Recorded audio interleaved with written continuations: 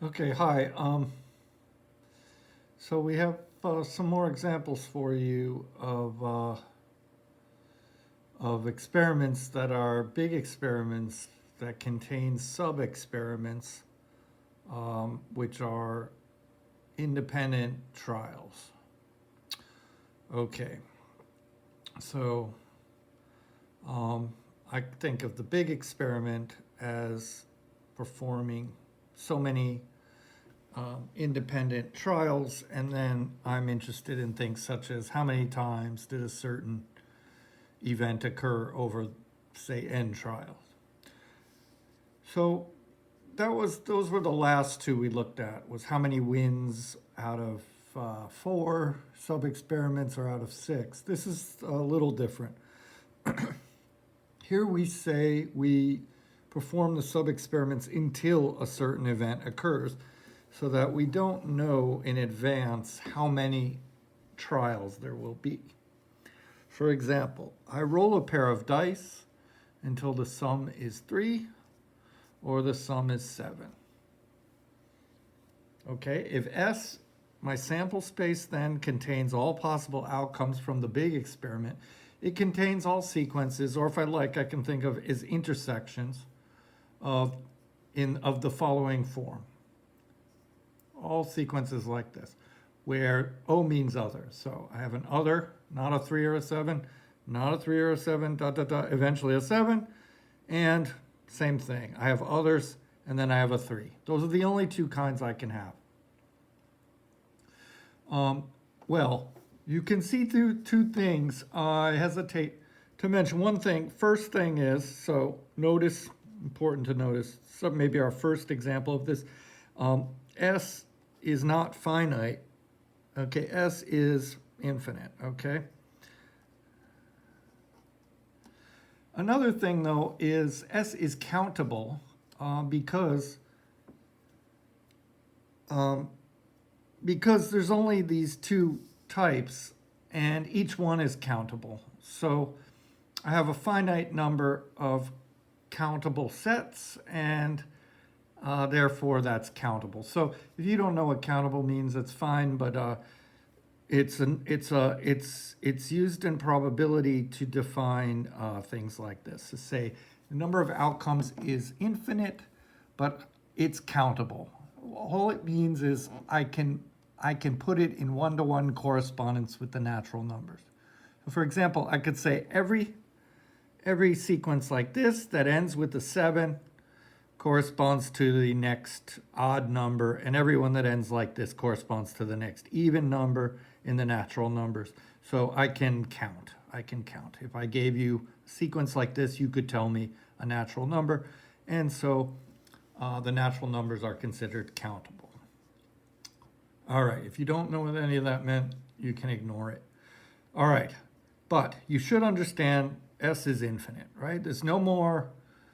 So I can't have equally likely outcomes for one thing. We decided that already. Otherwise, you would have, it would defy the axioms, right? You'd either have an infinity times some small probability, which would be bigger than 1, or if the probabilities of everything was 0, you would not have enough probability so that the whole sample space would have probability 1.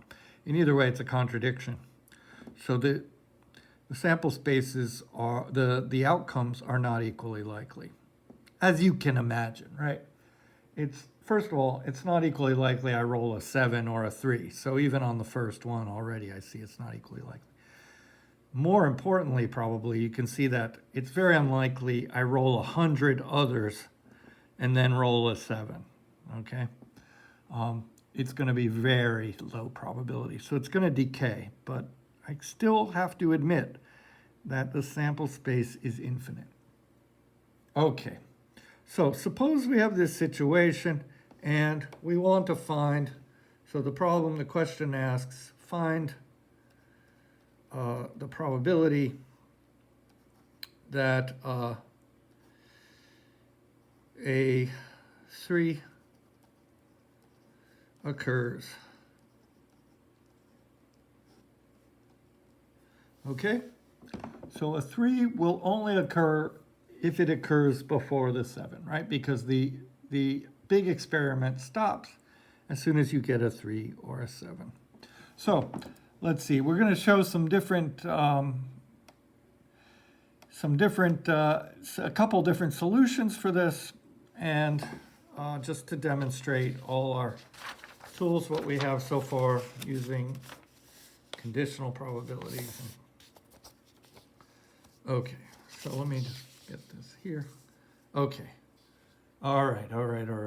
So maybe the first thing to do, yes, so we'll do this a few different ways. So here's one solution.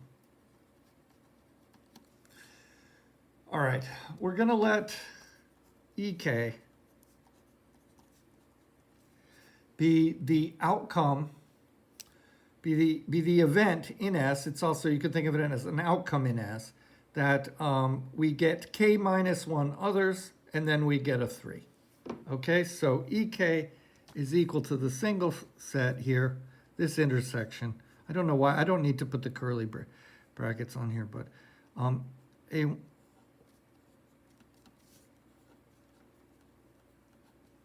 okay, and now 3K.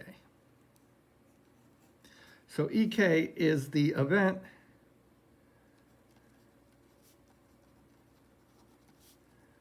we get a 3 on the kth roll. Because the way the problem's set up, there's no possibility for anything except this kind of outcome here. You can't have a 7 first, or the game would be over. All right, well then the probability of a 3 before a 7, or 3 occurs, same thing, is just equal to all the ways I could get the 3 on the first, 3 on the second, etc. So it's the probability of the union, K equals 1 to infinity of EK, right? All those different events. So I could get just a 3, I could get an other and a 3, other and a 3, and I just can get them all. They're all mutually exclusive, so let's write it here. ME, I have this is equal to the sum by axiom 3, K equals 1 to infinity, probability EK. They just add up. Okay, well, what is this? We can compute this now. So probability of a 3 on a roll is 2 out of 36, and a 7 is 6 out of 36. So this is equal to, let's just be diligent here, K equals 1 to infinity. What's the probability I get a 3 on the kth? Well, that is just 2 over 36, right? That's the 3. And all these have to be others, right? So K minus 1. And these are all others. So we said 2 for a 3, 6 for a 7, yep. And so 8, so 28 out of 36 for the others. Could probably divide everything by 2, save a little trouble. We'll just leave it like this for now. Okay, well, you can see you take the 2 outside here, and you can write it now like this if you want, 1 over 18. And I have K equals 0 to infinity. Just by plugging in 1, I could start at 0, and I have 14 over 18. Could have reduced it more. 7/9, right?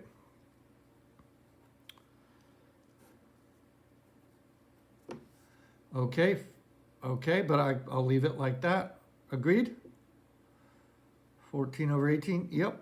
And now here I use the geometric series formula, so this is convergent because 14 over 18 is less than 1 in absolute value, so I get this 1/18 times 1 over 1 minus 14 over 18.